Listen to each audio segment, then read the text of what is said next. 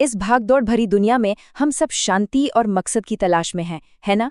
तो आइए आज एक बहुत ही पुराने फिलोसॉफिकल टेक्स्ट भगवत गीता की गहराइयों में उतरते हैं और देखते हैं कि ये हमें इस सवाल का जवाब कैसे देती है। तो चलिए एक नज़र डालते हैं कि आज के इस सफ़र में हम क्या क्या जानने वाले हैं। हम शुरुआत एक बहुत बड़ी दुविधा से करेंगे, कर्म करें या सब छोड़ दें। फिर हम देखेंगे कि कैसे दो अलग अलग रास्ते एक ही मंजिल पर ले जाते हैं।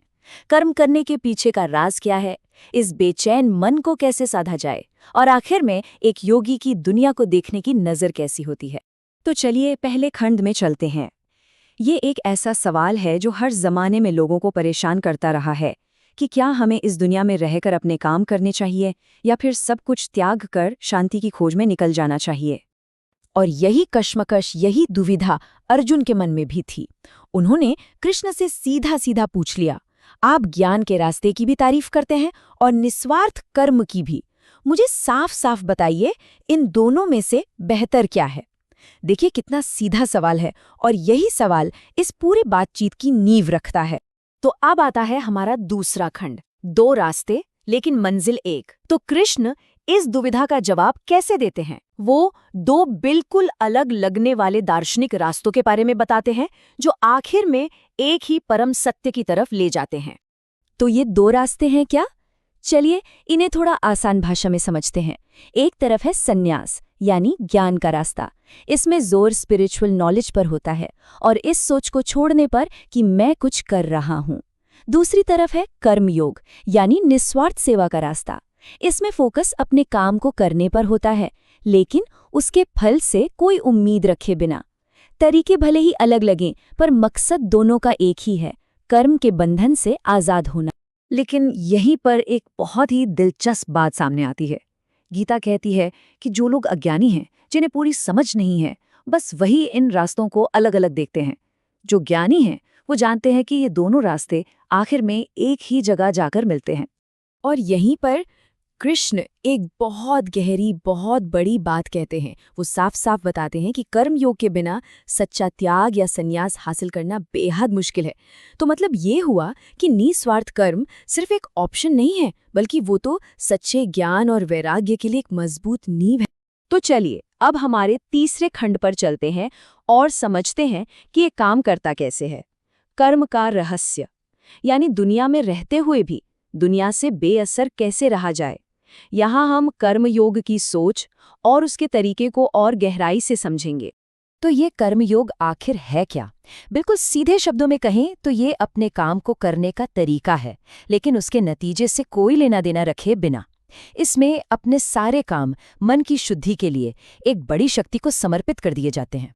और गीता में इसके लिए एक बहुत ही खूबसूरत मिसाल दी गई है कि जो इंसान अपने सारे काम एक भेंट की तरह करता है, वो कर्म के असर से ठीक वैसे ही बचा रहता है जैसे कमल का पत्ता पानी में तो रहता है पर कभी गीला नहीं होता। ये डिटैच्ड एक्शन की एक जबरदस्त तस्वीर है। तो एक कर्म योगी की सोच, उसकी मानसिकता कैसी होती है? उसका मन एकदम साफ और इंद्रियां काबू में होती हैं।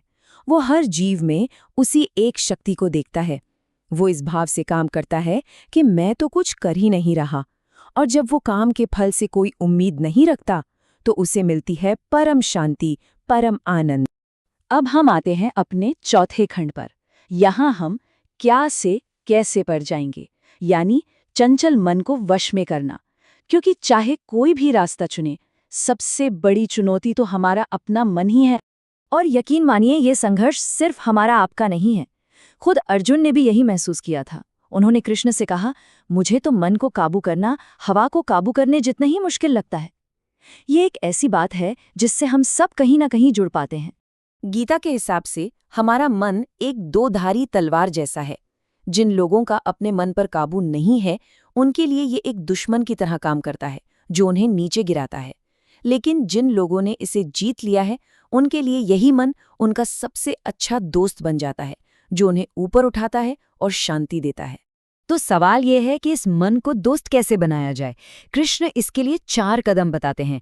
लगातार स्पिरिचुअल प्रैक्टिस करते रहना, दृढ़ता यानी हार ना मानना, आत्मज्ञान यानी खुद को जानना, और वैराग्य यानी किसी चीज से चिपक कर ना रहना। इन चारों को मिलाकर ही मन को साधा जा सकता है। गीता में सिर्फ थ्योरी नहीं है, ध्यान के लिए बहुत ही प्रैक्टिकल और स्टेप बाय स्टेप निर्देश भी दिए गए हैं। एक साफ, शांत जगह ढूंढो, एक मजबूत आसन पर बैठो, शरीर को सीधा और स्थिर रखो, अपनी नज़र और मन को सामने टिकाओ और मन को शांत और बिना डर के रखो। ये सब कुछ आत्मशुद्धि के लिए है। तो इन सब का मकसद क्या है? मन को कैसा बनाना है? गीता फिर एक जबरदस्त मिसाल देती है।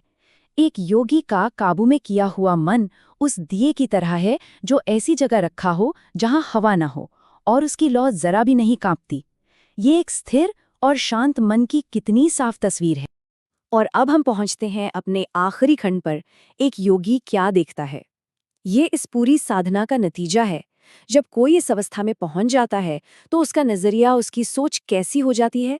तो एक प्रबुद्ध इंसान, एक योगी के लक्षण क्या हैं? देखिए, वो हर जीव को एक बराबर नजर से देखते हैं। सुख हो या दुख, वो शांत रहते हैं। बड़ी से बड़ी मुसीबत भी उन्हें हिला नहीं पाती। वो खुशी बाहर नहीं, अपने अंदर ही पाते हैं। हमेशा दूसरों की भलाई में लगे रहते हैं और दूसरों के दर्द को ऐसे महसूस करते हैं जैसे वो उनका अपना हो। और ये जानना बहुत जरूरी है कि गीता में एक सच्चे योगी का दर्जा कितना ऊंचा रखा गया है।